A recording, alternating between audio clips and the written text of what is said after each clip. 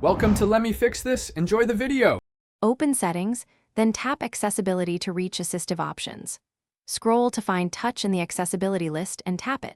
Tap AssistiveTouch to open its controls and menu options. Turn the AssistiveTouch toggle on to show the floating button immediately. The button appears over apps and stays visible unless you move or hide it from this screen. You can tap that floating control to access device controls, gestures, and shortcuts for one-handed use. Use Customize top-level menu to set up to 8 actions or icons. Tap an existing icon to change it, or tap the plus to add a new slot. Assign single tap, double tap, and long press to actions like Home, Notifications, or Screenshot. You can also create custom gestures and name them for later use. Press Done when your layout looks correct to save the menu and return to AssistiveTouch settings. Enable Auto Hide to hide the button after a set idle time if you want less clutter. Set the accessibility shortcut to toggle AssistiveTouch with a triple click of the side or Home button.